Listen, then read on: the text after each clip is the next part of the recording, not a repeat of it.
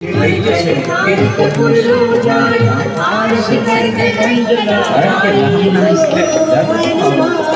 એટલે એક ગુજરાતી દોસ્તો અત્યારે ચા નાસ્તો કરીને બેસી ગયા અને આજે શું છે અમારી હોસ્ટેલમાં પ્રોગ્રામ છે અને એટલા માટે અમે જલ્દી ઉઠી ગયા, નાહી ધોઈ લીધું, નીચે સાફ સફાઈ કરી દીધી કેમ કે પ્રોગ્રામ રાખવાનો છે. પણ જોઈએ હવે વરસાદ તો બંધ રહે તો વાંધો નહીં, બાકી તો પ્રોગ્રામ કેન્સલ થાય એવું છે.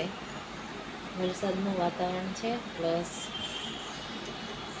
મંડપ તો નહીં પણ ખાલી શ્રાવણ માસનું છે ને ભજન કીર્તન સુંદરકાંડનો પ્રોગ્રામ હતો અને ભજન બધું છે તો જોઈએ હવે. હા દેખો દોસ્તો, ત્રિષા શું કહેવાય શેના માટે રેડી થઈ ગઈ. સવારને નાહી ધોઈને અમે બંને તૈયાર થઈ ગયા પણ વરસાદ હવે એવું તે પણ બેસવાનું એટલે તો થોડો પડે તો વરસાદ. ત્રિષા ત્યાં કચરો નહીં કે બેટા આવ્યો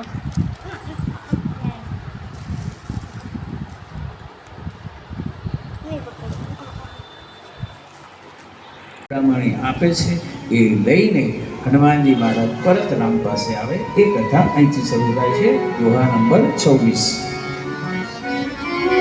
જે લઈ જશે ને એ લોકો બોલશે કે રામ નામ સત્ય છે, કારણ કે રામ નામ સિવાય ઉદ્ધાર નથી મારું તમારું.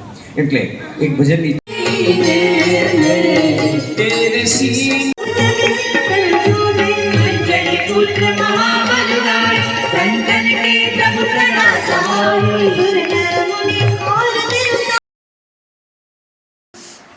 હેલો એવરીવન, કેમ છો બધા?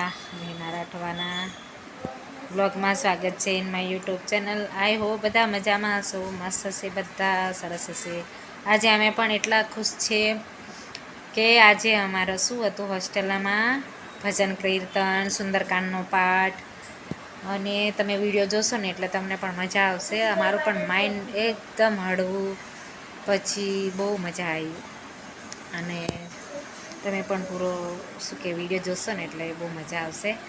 અને વરસાદનું વાતાવરણ હતું પણ કેવું છે અમારો પાઠ પૂરો થયો અને બધું પૂરું થઈ ગયું આરતી બારતી, પછી વરસાદ પણ ચાલુ થઈ ગયો અને જમીને હવે હું ઉપર આવી તો મેં કીધું બહુ થાકી થોડી ગઈ કેમ કે ઉપર નીચે એટલે દાદરા ચઢ ઉતર કરીને મજા આવી. સરસ, તમે પણ દર્શન કરી લેજો. અમારા વિડીયોને જોશો ને એટલે બહુ મજા આવશે. હનુમાન દાદુના આજે સુંદરકાંડ શ્રાવણ માસ ચાલે છે ને એટલે આજે અમારી હોસ્ટેલમાં એ રાખ્યું હતું પાઠપૂંજન.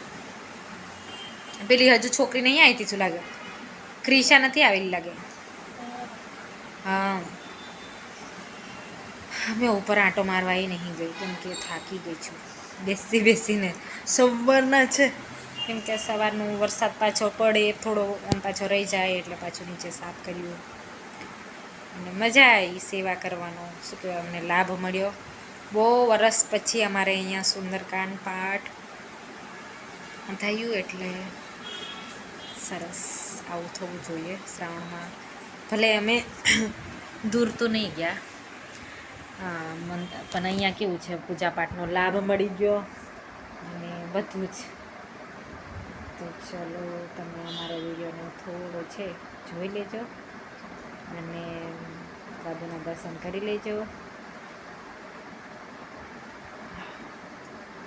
અને તમે વિડીયો ના લાઈક કર્યો હોય તો લાઈક કરી દેજો, શેર કરી નાખજો, હા સબસ્ક્રાઈબ કરી નાખજો. જય સ્વામિનારાયણ.